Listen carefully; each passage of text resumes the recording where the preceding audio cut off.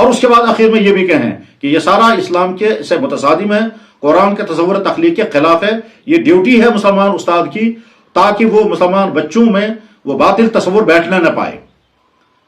یہ میں نے ایک مثال عرض کی ہے. رہا یہ کہ آپ ڈارونزم کو غلط کیسے سمجھیں گے، اس کی تفصیلات کیسے آپ کو معلوم ہو جائیں گی، اس کے لیے ویب سائٹوں پر بہت مواد موجود ہے، کتابیں بھی لکھی گئی ہیں، تحقیقات ہوئی ہیں، آپ اس کو پڑھیں. میں پھر تیسری مرتبہ عرض کر رہا ہوں، مجھے یہ نہیں بتانا کہ ڈارونزم غلط اگر ہے تو کیسے ہے، اور ڈارونزم اور نیو ڈارونزم میں فرق کیا ہے. مجھے صرف اتنا بتانا ہے کہ جب آپ اس طرح کی تھیوریاں پڑھائیں گے تو آپ کی ایمانی ذمہ داری یہ ہے کہ آپ ایک تو اپنے اندر یہ یقین رکھیں کہ جو کچھ میں پڑھا رہا ہوں یہ حقیقت نہیں ہے، مگر سبجیکٹ ہونے کی حیثیت سے مجھے پڑھانا ہے. یہ اگرچہ اگر یہ سبجیکٹ میں داخل نہ کیا جاتا تو نہ میڈیکل سائنس میں کوئی فرق پڑنے والا تھا اور نہ کسی اور شعبے علم میں کوئی فرق پڑنے والا تھا، لیکن کس طرح سے اس کو زبردستی داخل کیا گیا اور ساری دنیا کا فلسفہ تعلیم اسی پر قائم کر دیا گیا، وہ ایک الگ بحث ہے. لیکن بہرحال بحثیت مسلمان کی آپ کی ذمہ داری ہے کہ آپ یہ سمجھیں کہ سارا غلط ہے اور میں مسلمان ہوں اور میرا عقیدہ قرآن پر ہے اور قرآن کے مطابق آدم کی تخلیق ہوئی ہے اور اس سے پہلے کوئی انسان نہیں تھا. اور یہی بات بچوں کو بھی بتانی ہے کہ دیکھو ہم سب مسلمان ہیں اور اسلامی عقیدے کے مطابق ہمارا ماننا یہ ہے اور یہ ہمارا عقیدہ ہے. یہ میں نے ایک مثال عرض کی. بس اسی طرح سے پورے سلیبس کے اندر جہاں جہاں بھی کوئی ایسی باتیں ہوں جو اسلام سے متصادم ہوں، ان تمام باتوں کو جب آپ پڑھائیں گے تو پڑھاتے ہوئے آپ کو یہ بھی یقین رکھنا ہے کہ یہ سارا غلط ہے. یہ صرف لکھنے والے کی سوچ ہے، یا لکھنے والے جن لوگوں نے بھی نصاب ترتیب دیا، جن لوگوں نے بھی وہ آرٹیکل لکھے ہوں گے، یہ ان کی سوچ ہے. مگر حق اسلام یہ ہے، چاہے وہ ہسٹری سے متعلق ہو، چاہے وہ سوشل سائنس ہو، چاہے وہ سائیکولوجی ہو، چاہے میڈیکل ہو، جس شعبے تعلیم میں جس سبجیکٹ میں جو بات بھی اسلام سے ٹکرا رہی ہو، ہمارے استاد کی ذمہ داری ہے کہ وہ اپنا عقیدہ بھی درست رکھے اور بچوں کو بھی اس بارے میں صحیح میسج دے. اور اگر خدا نخواستہ اس میں کوتاہی ہوئی اور اس کے نتیجے میں کسی بچے کے ذہن میں بیٹھ گیا کہ حقیقت یہی ہے اور اس نے اس کو عقیدہ بنا لیا، تو اس کے معنی یہ ہے کہ وہ اگر ایمان سے باہر نکل گیا اور اگر اس نے کفریہ عقائد اپنائے تو کچھ نہ کچھ اس کا سبب جو ہے یہ استاد بھی بنے گا جس نے یہ سارا پڑھایا، اور پڑھاتے ہوئے اس نے اس کی فکر نہیں کی کہ میں اپنی ان بچوں کا ایمان بھی بچاؤں گا. آپ کے کندھوں پر دو امانتیں ہیں. ایک مسلمان ہونے کی حیثیت سے آپ کا کوئی بھی کلام، آپ کا کوئی بھی لیکچر کفر کو پروموٹ نہ کرے، باطل کو پروموٹ نہ کرے. اور کفر اور باطل کا تعلق فیصلہ کب ہوگا؟ جب آپ قرآن کی روشنی میں اس کو سمجھیں گے اور پڑھیں. اور دوسری آپ کی ذمہ داری یہ ہے کہ جو سبجیکٹ آپ کو پڑھانے کو دیا گیا ہے وہ سبجیکٹ آپ ٹھیک طرح سے قابلیت کے ساتھ، محنت کے ساتھ، تفصیلات کے ساتھ پڑھائیں. مگر اگر اس میں کوئی چیز غلط ہے اور اسلام سے متصادم ہے اس کو بتانا ضروری ہے. ہر وہ استاد جو کسی بھی شعبے سے وابستہ ہو، کسی بھی فن کو پڑھا رہا ہو،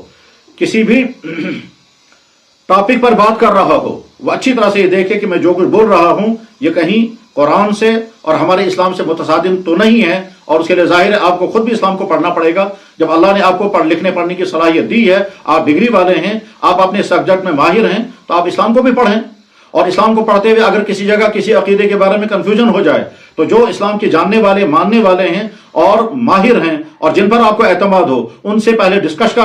ڈسکشن کرنے کے بعد ان سے طے کر لیں کہ صاحب ہمیں سلیبس میں یہ چیز آئی ہے، ہمیں یہ چیز بتانی ہے یا نہیں، اور اگر یہ اسلام سے متصادم ہے تو اسلام کا موقف اور اسلام کا عقیدہ اس بارے میں کیا ہے وہ ہمیں بتائیے. خود بھی تحقیق کریں، کتابیں پڑھیں، ماہرین سے گفتگو کریں اور اس کے بعد پھر اپنا عقیدہ پختہ بنائیں، اس کے دلائل مہیا کریں. اور اس کے بعد پھر جب آپ پڑھائیں گے تو پڑھاتے ہوئے ایک طرف سے اس موضوع کا حق ادا کر دیں اور دوسری طرف سے اس موضوع کے اندر جو اسلام سے متصادم چیزیں ہیں ان کو اچھی طرح سے واضح کر دیں تاکہ ہمارے مسلمان بچوں کے اندر کفر کے جراثیم پنپنے نہ پائیں. میں نے ڈارونزم کی تھیوری کی مثال دے کر کے عرض یہ کرنا چاہا ہے کہ اس طرح سے پورے سلیبس کے اندر چاہے وہ کسی بھی شعبے سے متعلق ہو، چاہے میں نے پھر دوبارہ عرض کرتا ہوں چاہے وہ ہسٹری ہو، چاہے وہ سائیکولوجی ہو، چاہے وہ انسانیات سے متعلق بایولوجی ہو یا جو بھی شعبہ ہو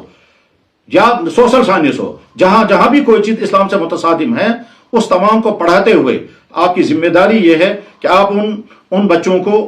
کو اچھی طرح سے بتائیں کہ تھیوری تو یہ ہے جو تمہارے سامنے آ گئی، ڈیٹیل آپ کو بتا دی گئی، مگر یہ اسلام سے متصادم ہے، اور اگر آپ اس پر ہمت کر سکیں اور محنت کریں تو اسلام کا پورا موقف اگر بیان کریں گے اور اس کے دلائل بھی بیان کریں گے قرآن اور حدیث کی روشنی میں تو اور زیادہ بہتر ہوگا۔ لیکن اگر آپ دلائل بیان نہ کر سکیں تو کم سے کم یہ بات بچوں کے ذہن میں ضرور ڈالنی ہے کہ یہ جو کچھ پڑھایا اور بتایا گیا یہ تمہارے سلیبس کا حصہ ہے، کل تمہیں امتحان میں یہ باتیں ہو سکتا ہے جواب دینا پڑے گا، اس لیے تم اس تھیوری کو تو پوری طرح سے سمجھو اور جو کچھ سبجیکٹ میں یا جو کچھ چیپٹر میں بیان کیا گیا اس کو پوری طرح سے سمجھو، لیکن ساتھ میں تمہارا عقیدہ یہ ہونا چاہیے مسلمان ہونے کی حیثیت سے، قرآن کو ماننے والوں کی حیثیت سے ہمارے اللہ نے اور ہمارے نبی نے جو کچھ کسی چیز کے بارے میں فرمایا اس کو ہم بنیاد مانتے ہیں۔ اس کے علاوہ دنیا کے باقی تمام علوم ضمنی ہیں،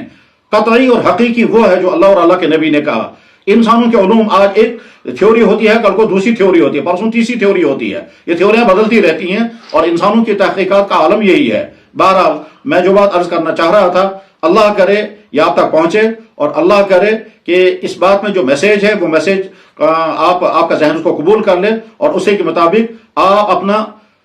پروفیشن کا کام جو ہے وہ پورا انجام دیں، اور ساتھ میں اسلام کے اصولوں کی روشنی میں اپنی ایمان کو بچاتے ہوئے اور نئی نسل کی ایمان کو بچاتے ہوئے